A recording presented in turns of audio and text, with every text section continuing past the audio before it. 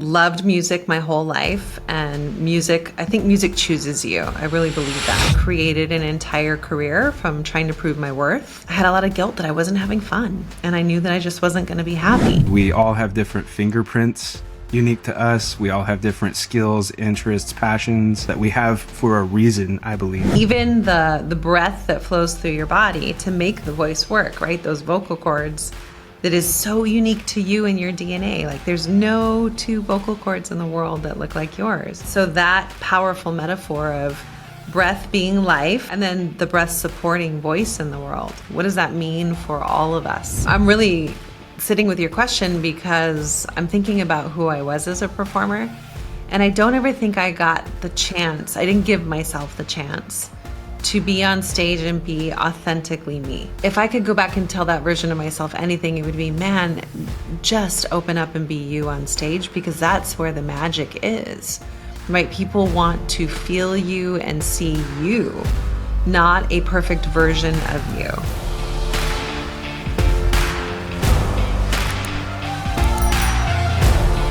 She's commanded stages as an opera singer, Lincoln Center, Carnegie Hall, and more. Today, she guides top performers and executives through one of the most powerful performances of all, which is leading with authenticity.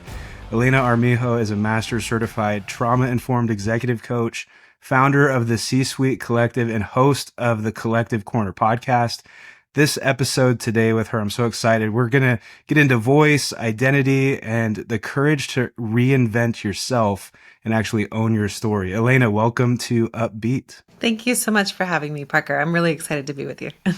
I'm excited too. We've, crossed paths a couple of times, and I've had the pleasure of being a guest on your show.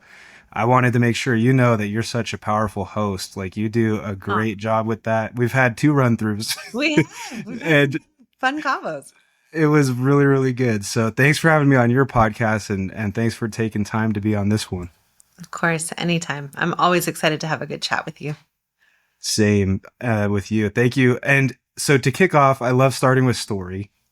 Just to introduce you to the listeners if they might not know you yet. So we got into it a little bit with that intro, just that you're an executive coach, but if you don't mind kind of expanding on that, what is it that you do and what fires you up? Yeah, I love helping people experience their life differently. That's kind of it in a very short sentence. I was a person who loved music my whole life, and I think music chooses you. I really believe that it can be a calling, and it's something that collectively everybody enjoys together. It can create collectivism in a way that people really identify with each other and can find each other in different ways. And so it was something I grew up around. My parents really nurtured it. They supported me in learning how to play the piano and singing lessons, and through my entire college career, learning how to be an opera singer.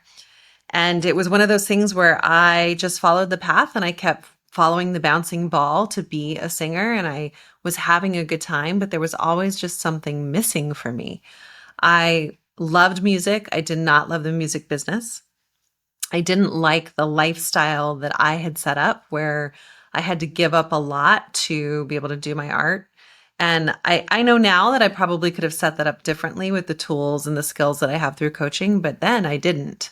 And so I was at a crossroads where I found myself really lonely and missing out on a lot of life events, birthday parties, funerals, weddings, anything that you could think of that, I think most people get to experience on a normal everyday basis. Was that just because you're touring, like you're all over kind of a thing? Yeah, it was one of the things as a singer, at least back then. I think it's changing a bit now, but back then, if you were on a contract, you were on a contract.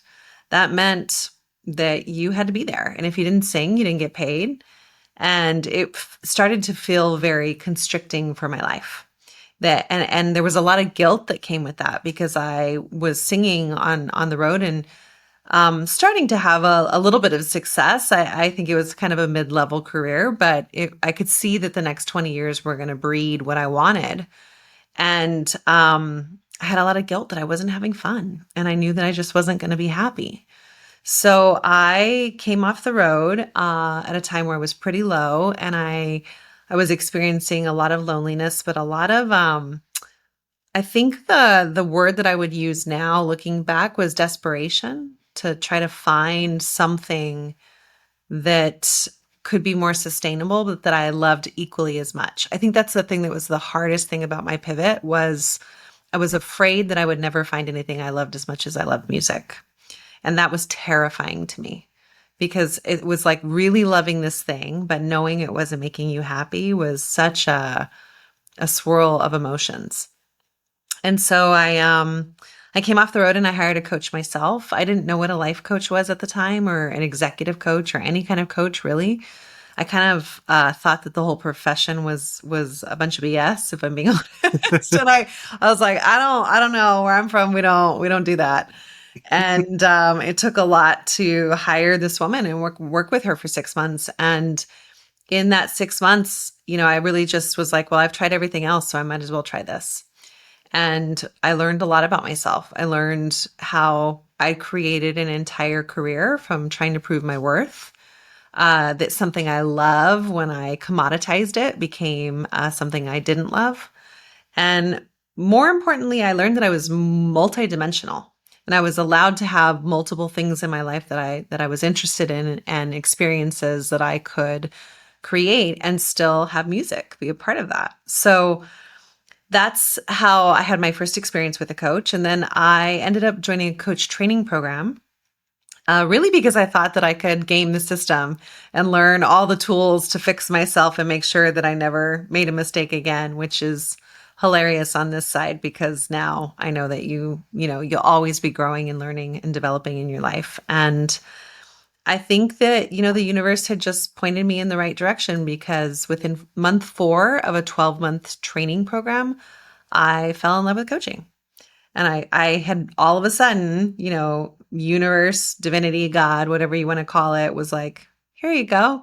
You asked for something that you would love as much as you love music, and this is it. And so I trained and I opened a business in 2015, and I never looked back with coaching. Wow.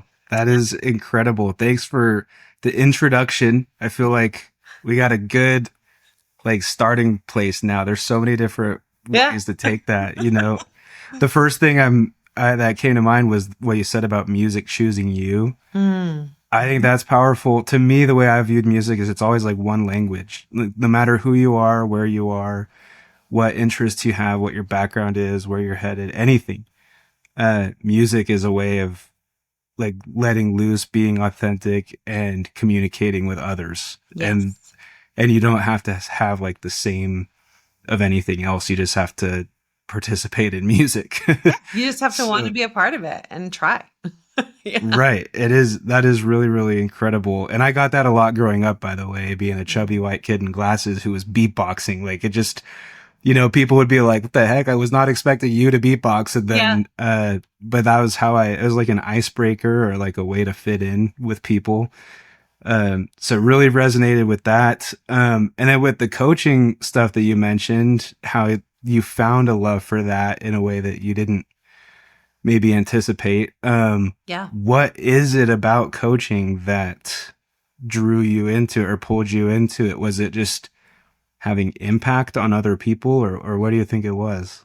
I think there were a couple things that I do believe that anytime you can serve somebody else, whether it's by helping or supporting or donating your time or anything in the realm of service in the world, it's a quick way back to your heart.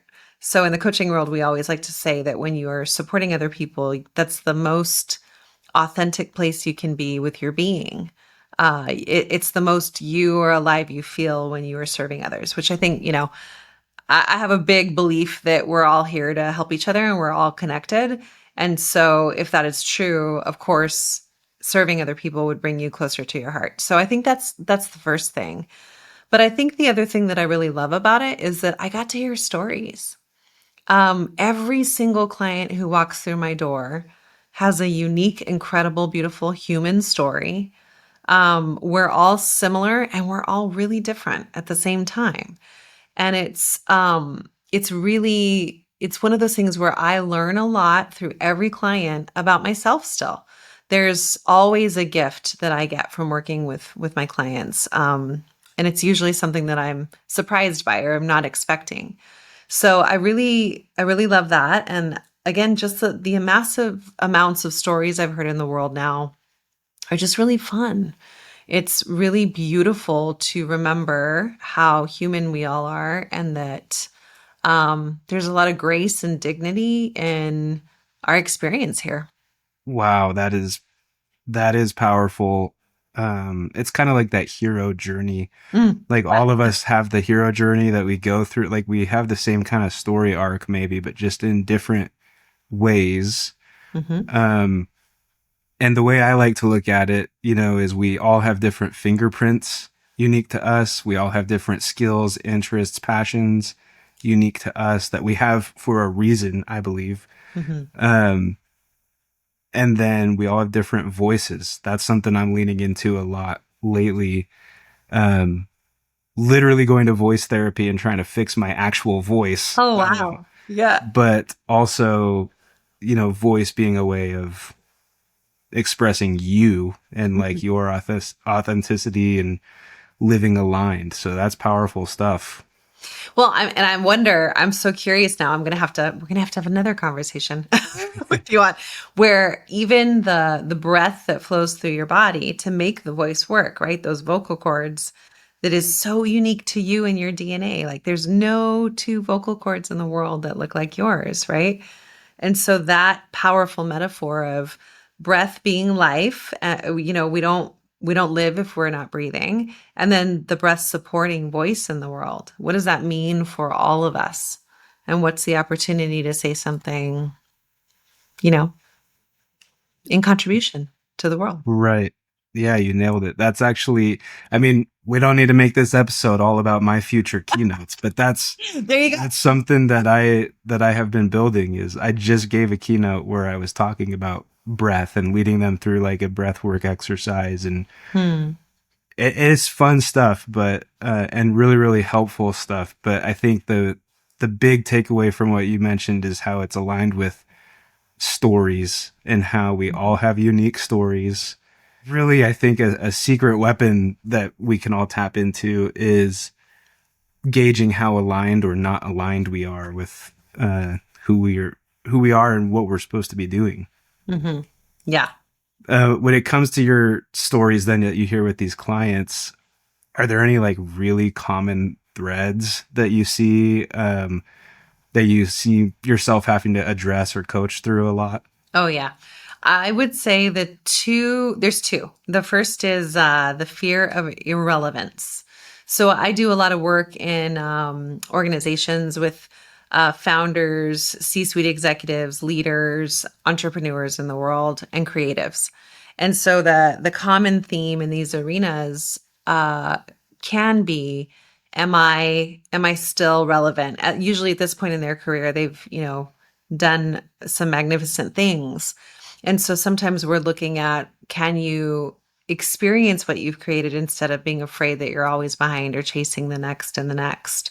So that is a common thing that I see across a lot of different generations and a lot of different industries. I think the other thing is the fear of belonging. I think belonging has gotten a bad rap the last couple years when it's been highly politicized, and it's become a conversation that's used for debate around fair or unfair conversations. And at the end of the day, I think most human beings want to belong to themselves. Yes, they want to belong in societies and communities and feel seen and heard, which is another big theme. But first, you have to belong to yourself. And so I think when you're searching for your soul or your experience, or making sure that whatever you're doing in your life, whether it's career wise or family wise, or even your well being, like your health, right? If it's all aligned with what you want and what you want to experience, is sort of the place where we start. Because once you look at that, everything else tends to be a lot less noisy in the world. You get a lot clearer on things that you want or don't want, or the direction or the value system that you want to be walking. Incredible. What is, I want to dive deeper into that. What does it Yeah. mean to belong to yourself? I don't think Yeah. I've ever heard it put that way before. So Yeah, I mean, it can mean anything. That's the that's the non-answer to give you. But unique yeah, to each person kind of a yeah, thing. it is unique. You know, belonging to me means that um I don't hold back my truth in the world, that I say the hard things, right? Because if I say the hard things, that means I haven't abandoned myself or stifled my voice. Belonging to me and my body also means making sure that I'm leading with love. Even when my humanity is present and I'm like feeling like, really judgmental or opinionated that day, or not like, woke up on the wrong side of the bed, whatever it is in my humanity, that I can remember that at my core, my commitment to the world is to lead with love, right? That's coming back to myself. That's belonging. When I belong to myself, it means that I actually am honoring myself and my own humanity and my dignity, not from perfection, but from a place that, again, just can remember that there are certain things that I believe in this world that are important. And another one is when I'm not honoring my boundaries with people. When I let clients get away with not showing up multiple times, or I let certain people talk to me a certain way that maybe I don't want to be spoken to that way.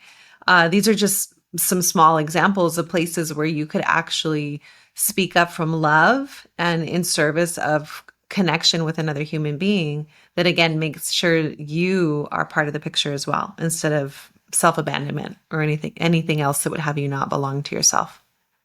Wow, love that. And it actually taught reminded me of something I was taught in therapy about boundaries. So I just barely learned what boundaries were and all that, like October last year, so fairly recent. And one thing powerful my therapist said was, um, it's not about like cutting people off unless you like absolutely have to. He's Mhm. like, it's more about creating the healthiest and most thriving relationships possible, being as close as you possibly Mm. can Mhm. in a Yes. healthy way. Yeah. And Yeah. just That's a good therapist. right. Yeah. And then wherever it begins to teeter on like Yeah. not being healthy anymore is where you have to set a boundary. Regardless of, you don't even have to voice it to anybody else, but you just know that that's not where you go. Yeah.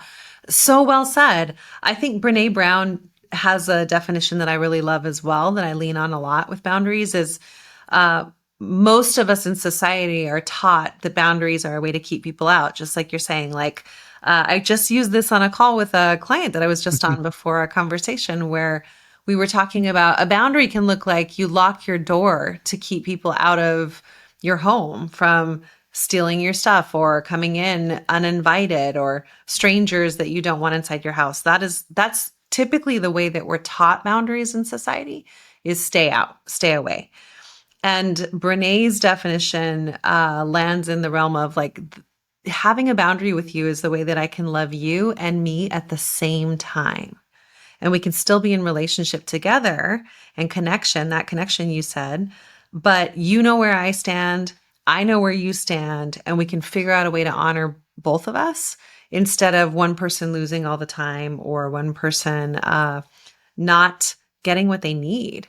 And so I really love that definition, because it honors again the love and the connection, which is what we're really all after, to again belong together in society, and to have an experience where we're experiencing just more love and joy. Right.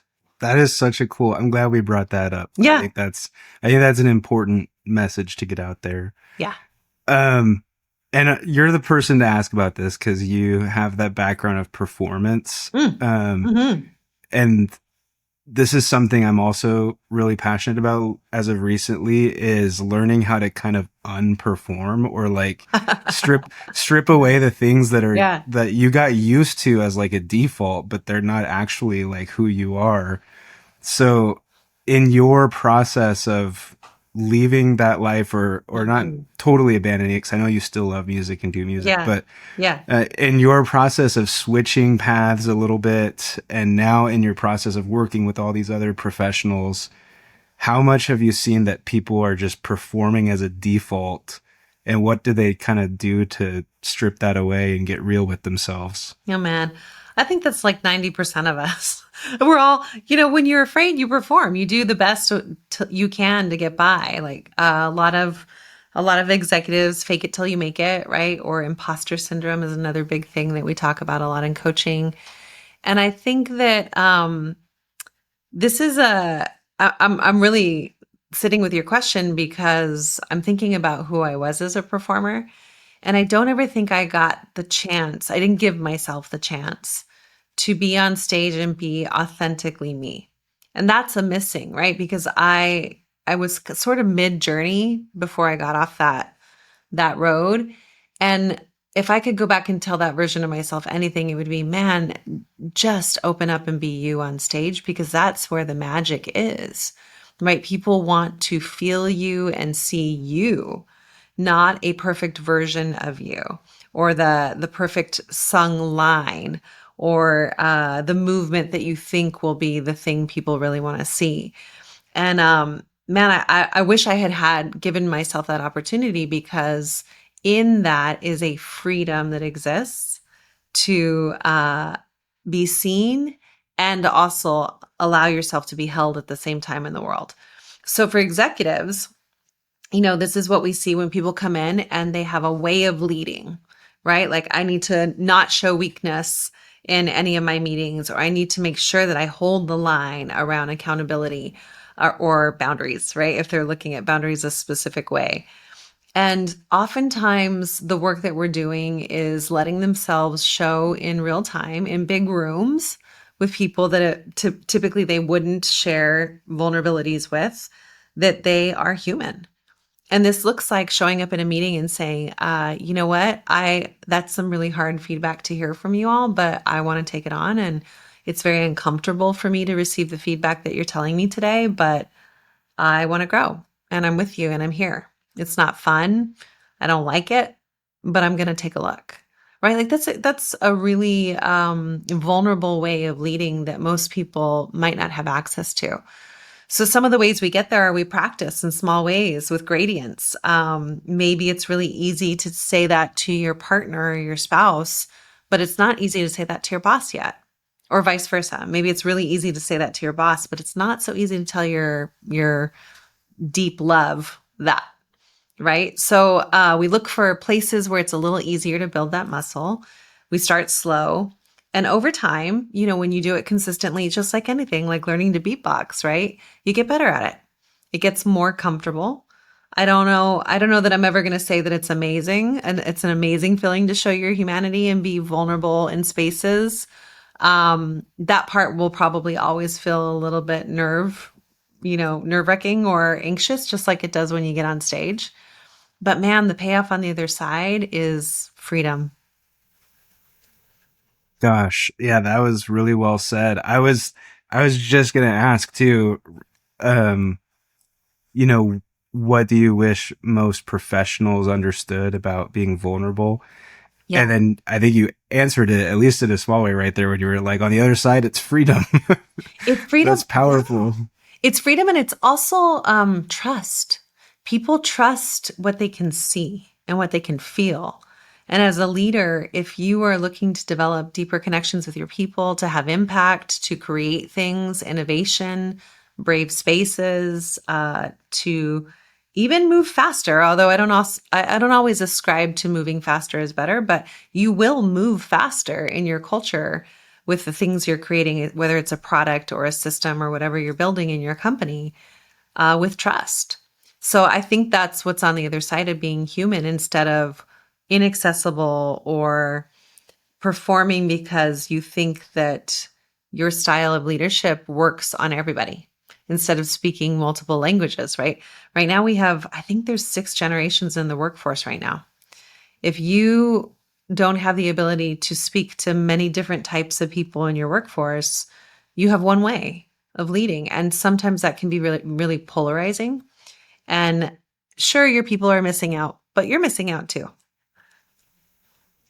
True. Jeez. Really well said. Thank you for doing the breakdown on that. I think that's Yeah. going to Thanks for be, asking. yeah, absolutely. Man, there's two different ways I kind of feel pulled right now. I want to talk about like leadership stuff, but I also am being pulled to like, Hmm. who the person listening right now who, and maybe this will go this way. It feels more natural. Um, the person listening right now who was where you were as an opera singer and getting those signals of like there's more out there. um I don't feel like I'm fully being me. Hmm.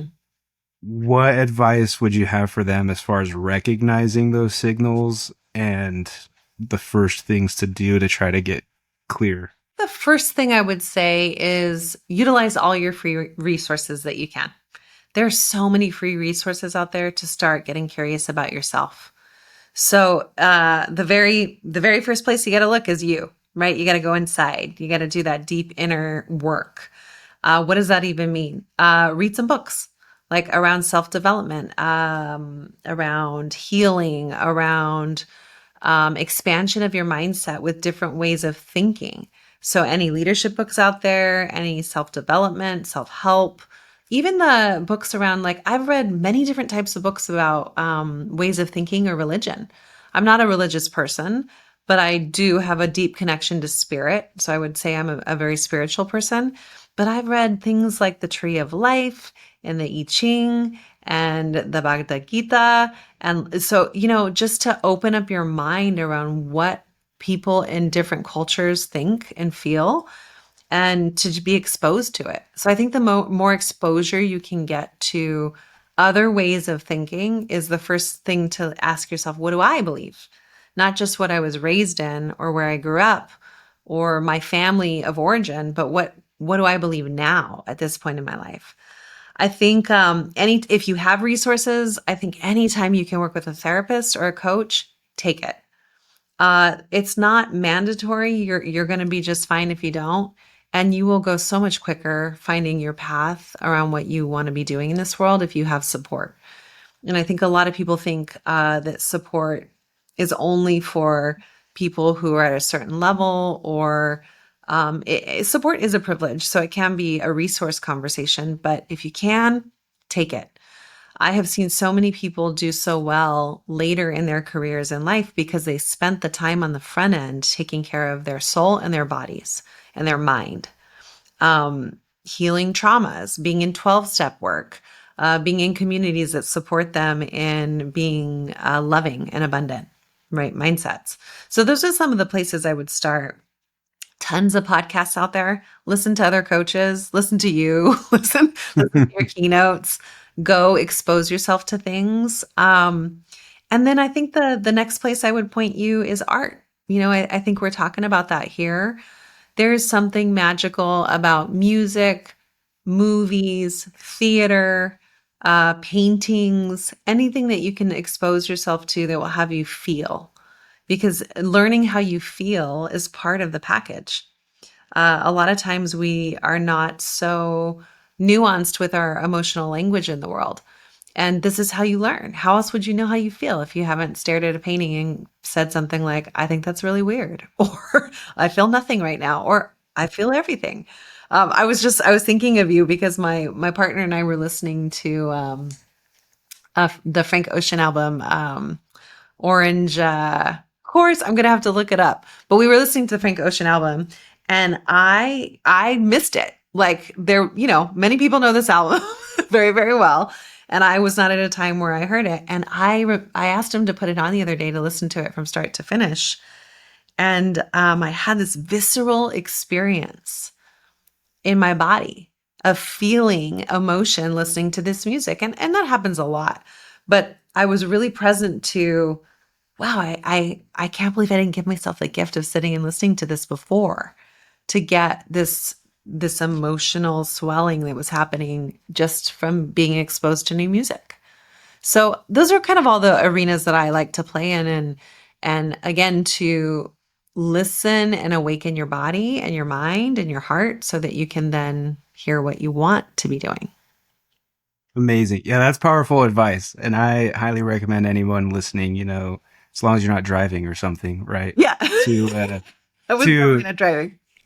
to rewind that, and take notes, that's a powerful like blueprint essentially of like a way to get unstuck. And I would say, Channel if I could orange. add I'm so sorry. I had to say it channel right. I orange. had to say it right.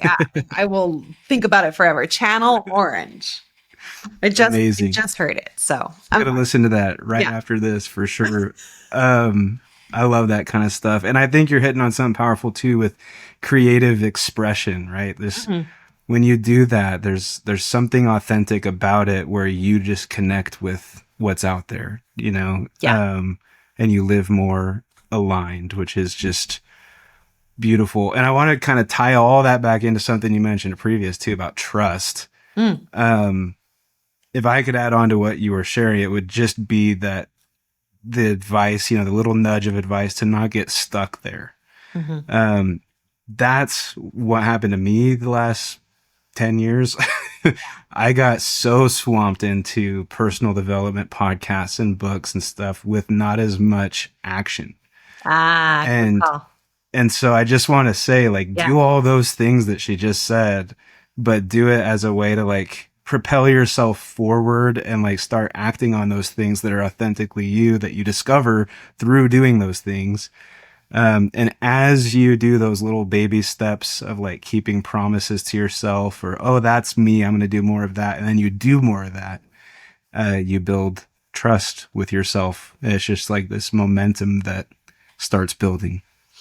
So well said. Thank you for saying that. That's really important. It's really, really important. And I think that's why a coach or a therapist is pretty cool to have by your side because they're going to be the ones that don't let you off the hook when you want to stop, right? When you want to sit in self-development land or yeah, it's just a beautiful shout out to have somebody that's holding you accountable to move forward.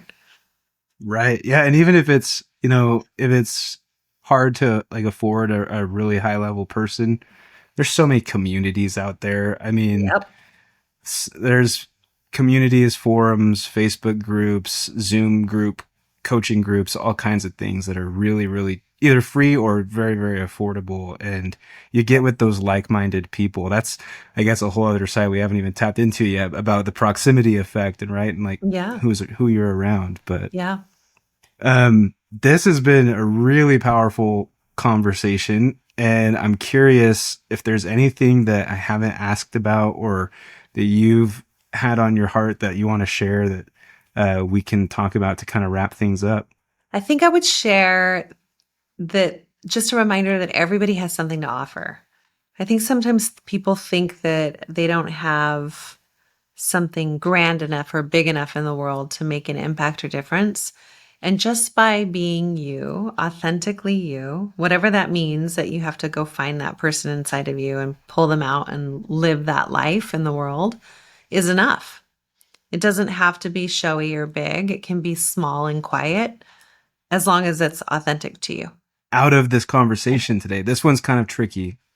It it catches people, including me, off guard sometimes. But Okay, I'm ready. out of all of today's conversation, what's like a standout moment or takeaway that you would highlight?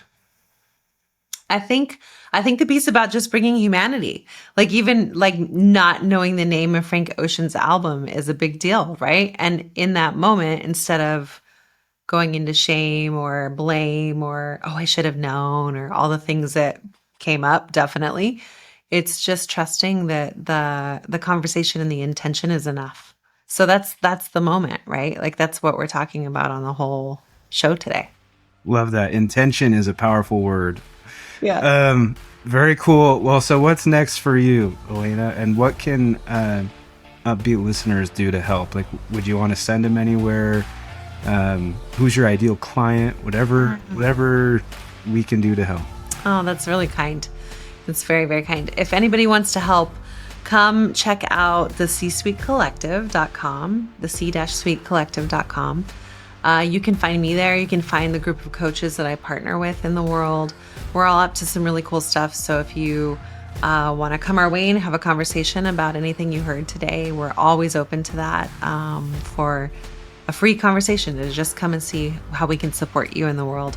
And then the Collective Corner, the podcast. It's a small but mighty podcast that has a lot of gems on it that I think it's a great free resource that if anyone's looking for something immediately that they want to take on from this, you'll probably find some nuggets there for yourself. Amazing. Yeah, definitely highly recommend. If depending on when this comes out, might need to scroll back a little, but try to find my episode. Yeah, it's definitely there. That's funny. Cool. Well, yeah, it's been a pleasure. Really appreciate you being on UPBEAT. I close out every episode beatboxing the guest's name.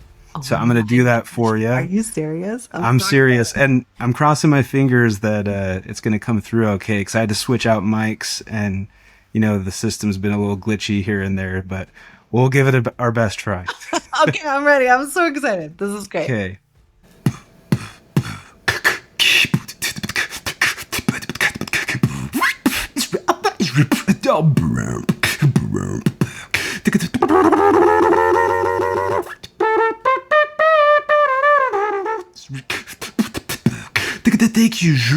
Thank you, Elena Armijo. Elena Armijo. Oh my God, that's so fun! Yes, thank you. What a Of course. Thank you. Appreciate it. gift! My gosh, I'm gonna like mark that and keep it. When I'm feeling low. I'm gonna be like, I hear myself. Right, like your own little walk-on beat or theme beat. Exactly. Amazing. Well, thanks for being on the show, and everyone, thanks for listening.